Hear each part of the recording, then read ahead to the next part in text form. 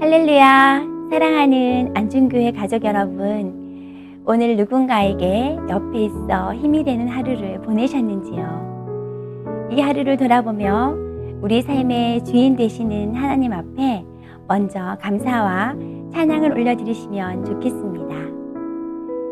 하루 동안 죄의 유혹을 받은 것이나 하나님의 마음을 아프시게 한 일은 없으셨나요? 죄는 하나님과의 친밀한 동행을 방해하며 마음의 평안과 기쁨을 빼앗아 간답니다. 곰팡이는 깨끗한 환경에서는 생기지 않지요. 곰팡이가 서식하기에 알맞은 습도와 온도, 환경 조건이 주어질 때만 생깁니다.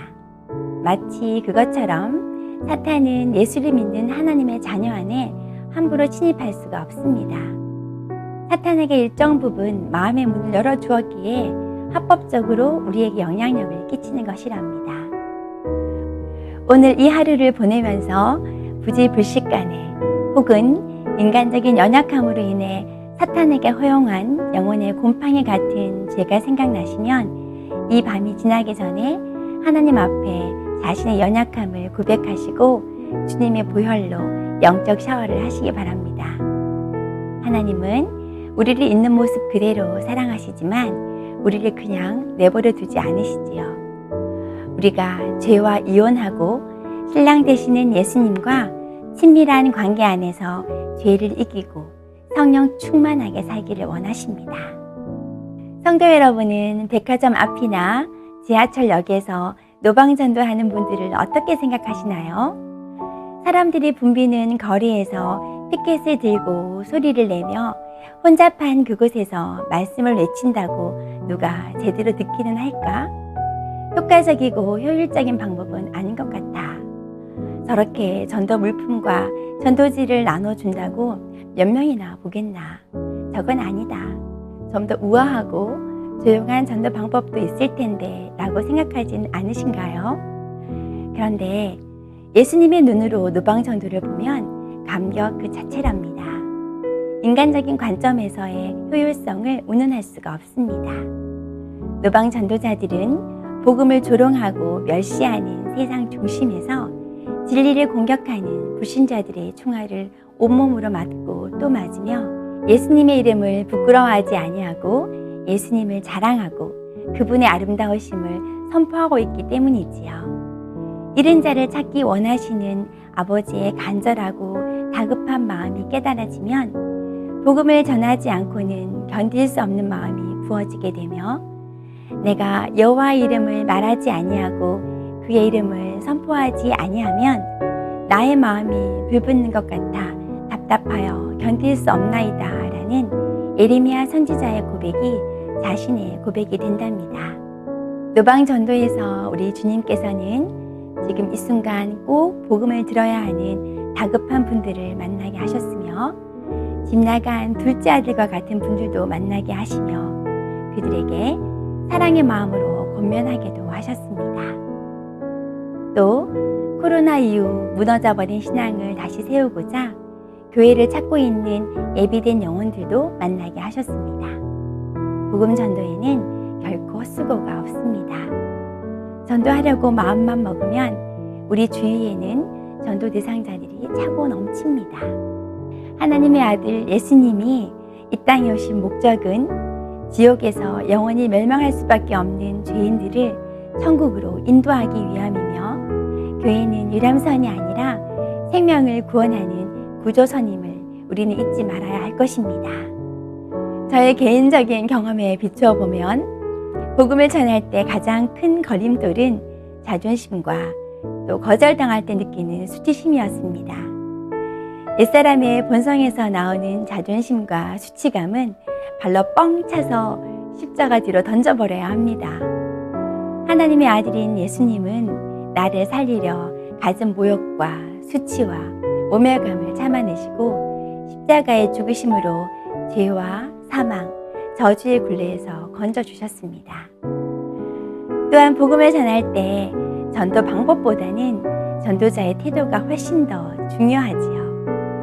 너희 마음에 그리스도를 주로 삼아 거룩하게 하고 너희 속에 있는 소망에 관한 이유를 묻는 자에게는 대답할 것을 항상 준비하되 온유와 두려움으로 하라고 성경은 말씀하십니다. 주님을 닮은 겸손하고 온유한 모습으로 우리 예수님의 이름을 높이고 그분의 아름다우심을 선포하며 한 영혼이라도 더 생명길로 인도하는 저와 우리 성도님들이 되시길 소망합니다. 선교를 위해 기도와 후원을 하고 계신가요?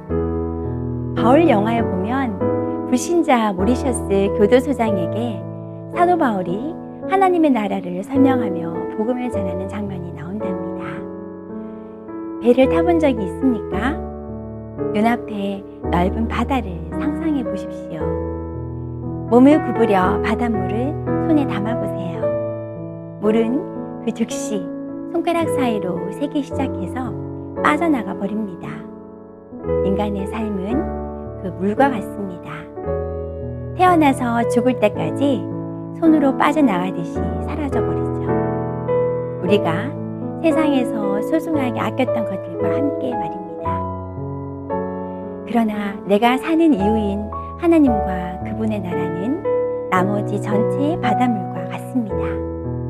인간은 손에서 새어나가는 그 물 한 줌을 위해 살지만 예수 그리스도를 따르는 자들은 끝이 보이지 않는 광활한 바다를 위해 삽니다. 라고 말입니다. 저는 이 영화를 2번 보았는데요. 지금도 심장을 뛰게 하는 감동적인 명대사로 마음 가운데 남아 있습니다. 손가락 사이로 새어나가는 물 한 줌이 아니라 끝이 보이지 않는 광활한 바다와 같은 하나님의 나라를 위해 자신의 삶 전부를 들여 헌신하는 선교사님들을 격려하고 그분들의 가정과 사역을 위해 기도해드리고 물질적인 후원도 아끼지 않는 저와 우리 성도님들이 되시길 소망합니다. 내가 사랑하는 나의 자녀들과 목원들이 예수 생명으로 살 수 있도록 내가 할 수 있는 일은 무엇이 있을까요? 아들이 있는 자에게는 생명이 있고 하나님의 아들이 없는 자에게는 생명이 없다라고 성경은 말씀하십니다. 나의 육신의 가족들, 나의 영적인 가족인 목장 식구들의 믿음이 하나님의 생명 안에서 성장하고 있는지를 돌아보셔야 하겠습니다. 조급함을 내려놓고 하나님께서 하나님의 때, 하나님의 방법으로 가장 선하고 아름답게 일하실 것을 기대하고 기도하며 기다리는 인내가 우리에게 필요합니다. 인간적인 연약함을 깊이 이해하며 그럼에도 불구하고 오래 참으시는 하나님의 성실하신 사랑을 깨닫는다면 가슴에 품지 못할 영혼이 없을 것입니다. 개인적인 점검을 하시고 이 시간 함께 기도하시겠습니다. 사랑하는 아버지, 찢는 듯한 폭염도 땅을 휩쓸었던 폭우도 지나가고 조속으로 불어오는 선선한 바람이 어느새 가을의 문턱에 접어들었음을 느끼게 합니다. 관역을 떠난 화살처럼 세월은 빠르게 지나가고 우리도 언젠가는 하나님 앞에 서게 될 터인데 아버지, 소망하옵기는 훗날 주님 앞에 섰을 때 부끄럽지 않은 삶을 살기를 원합니다. 분향으로 부르시는 그날까지 예수 그리스도의 생명의 복음을 선포하고 복음을 자랑하며 하나님을 기쁘시게 하는 삶을 살게 하옵소서. 우리 안중교회 전 성도들이 종교인이 아니라 예수님의 생명을 가진 거듭난 그리스도인들이 되게 하시사 성령님의 인도하심 가운데 24시간 주님과 동행하고 동역하는 축복의 그던이 되게 하옵소서. 하나님께서 세우신 우리 안중교회가 예수님의 생명의 복음을 전하는 선교 지향적인 교회가 되게 하심에 감사드리며 길이요 진리요 생명이신 예수님의 이름으로 기도드립니다.